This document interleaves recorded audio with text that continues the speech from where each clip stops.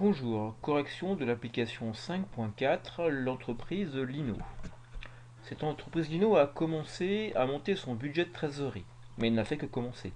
Elle nous confie le travail suivant, terminer le budget de trésorerie, en sachant qu'au mois de mars, cette entreprise va obtenir un emprunt de 40 000 euros. Et puis surtout, c'est une entreprise dont l'activité est saisonnière. Ce que l'on remarque effectivement lorsqu'on regarde le montant des ventes, il passe par un plus bas durant les mois d'hiver et puis les ventes repartent à la hausse sur le printemps et le début de l'été. Logiquement, quelque chose va être constaté. Et ce logiquement constaté va nous amener à faire un ajustement du budget de trésorerie. On a une petite piste, puisqu'on nous parle d'un taux d'escompte de 10%. Alors allons-y, terminons tout d'abord ce budget de trésorerie. La première chose à faire, c'est pour chaque mois, on va aller calculer la trésorerie de fin de mois. Ainsi, au mois de janvier, je dirais la trésorerie de fin de mois, est égal à la trésorerie du début du mois, augmenter des encaissements et diminuer des décaissements. Ainsi, je suis à 2000 de trésorerie à la fin du mois de janvier. Ces 2000 seront également la trésorerie dont je dispose au début du mois suivant, le mois de février. Je vais trouver le même calcul pour ma trésorerie fin février. Ça sera trésorerie début février, plus encaissement de février, moins décaissement de février. Là, on est pile avec une trésorerie à 0. Donc le mois de mars commence avec 0 en trésorerie. Pour ce mois de mars, eh bien, c'est le mois où l'on perçoit notre emprunt de 40 000. Ça nous demande donc de calculer le nouveau montant des encaissements. Cet encaissement, ça sera les ventes comptant du mois, plus l'encaissement des ventes à 30 jours du mois précédent, plus donc cet emprunt. On est à 136 000 d'encaissement pour le mois de mars. Je peux maintenant dupliquer mes calculs pour les mois suivants, puisque je n'ai pas d'autres éléments entrants que les ventes et le solde au comptant. 30 jours, pardon.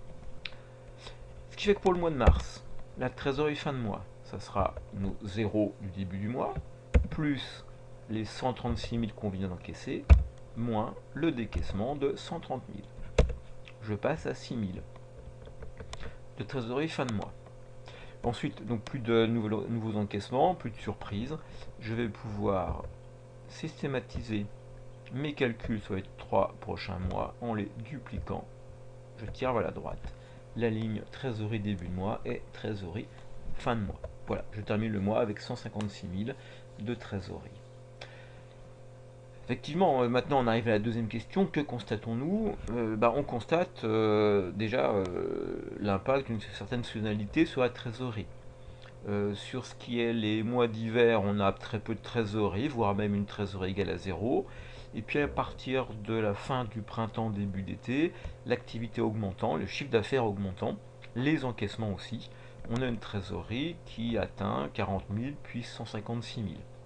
Le problème, c'est le mois d'avril, puisque pour le mois d'avril, on constate qu'on est avec un déficit de trésorerie à moins 151 000. C'est la première chose que je vais noter. Pour le mois d'avril,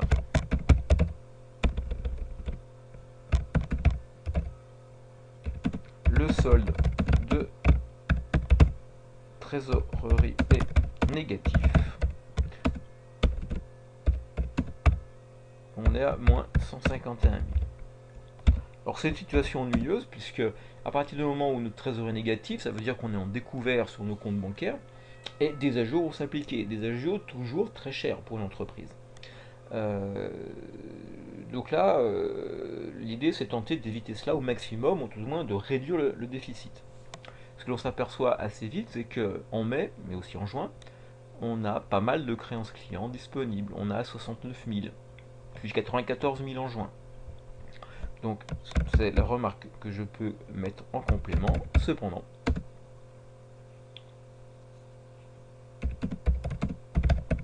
les créances des mois suivants peuvent être mobilisées afin d'éliminer ce déficit. Donc là maintenant on va pouvoir passer à un ajustement de notre budget de trésorerie. Donc vous retrouvez le même budget, hein, je l'ai reproduit pour la question 3. En disant maintenant ça y est, on est passé d'un budget à quelque chose qui est une planification de la trésorerie. Ça va nous demander donc de pouvoir calculer tout d'abord quel est le montant de créances à escompter. Puisque si vous vous souvenez, j'étais à 69 000 de créances disponibles au mois de mai. Pour l'instant, je laisse en noir. La question, c'est est-ce que j'en ai assez de créances pour couvrir mon déficit? Et qu'est-ce qui va me rester une fois ce déficit couvert? Donc je vais tout d'abord dire que j'appelle X le montant de créances à escompter afin de couvrir le déficit d'avril. Alors, couvrir le déficit d'avril, mais n'oubliez pas une chose, c'est que l'organisme d'escompte n'est pas là pour simplement nous faire plaisir. Il est là pour aussi gagner sa vie, et bien si possible. Donc c'est effectivement là qu'il va falloir aussi se dire que pour ce que j'escompte, il y a effectivement les 51 000 qui vont couvrir le déficit, mais il faut aussi que j'escompte assez pour couvrir les intérêts que va demander l'organisme escompteur.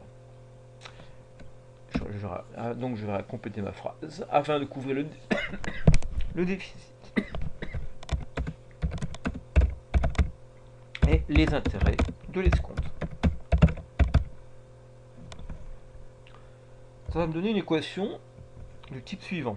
X, mon montant escompté, donc sera égal aux 51 000 de créances,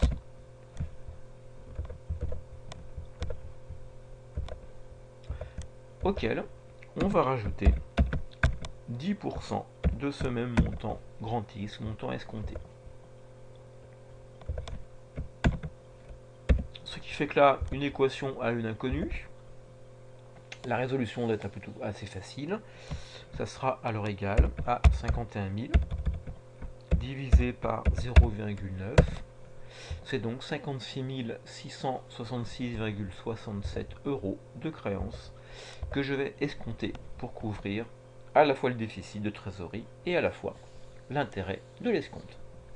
Écoutez, ça tombe bien parce que si vous regardez, je suis à 69 000 de créances, j'en ai donc suffisamment pour pouvoir mener à bien cette opération. Ça va donc me faire modifier quelque peu notre tableau précédent. Je vais rajouter deux lignes.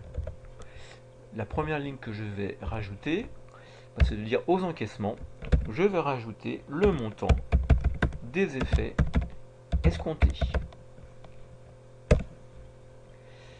Donc au mois d'avril, je rajoute 56 667,67 d'effets escomptés. Ceci va donc me diminuer d'autant mes créances du mois suivant. Mes créances du mois suivant passent donc de 69 000 à 12 333,33. Je le mets en bleu puisque là on a fait une petite modification. Ensuite, l'organisme va nous demander les intérêts. C'est la deuxième ligne que je rajoute. C'est une ligne de décaissement cette fois-ci. Ce sont les intérêts sur escompte. Intérêts sur escompte. 56 667 moins les 51 000 pour la trésorerie. Je suis à 567,67 d'escompte. Voilà, maintenant les choses sont posées. Je vais donc pouvoir terminer mon calcul en disant le solde de la fin de mois d'avril, c'est les 6 000 de solde initial, plus les 123 000 que nous connaissons déjà d'encaissement, plus le montant escompté, moins les décaissements de 180 000 moins le décaissement d'intérêt sur escompte. Là, je passe à un solde de 0 fin du mois d'avril. Le reste, eh bien, comme tout à l'heure, je recopie vers la droite mes lignes de trésorerie début et fin de mois.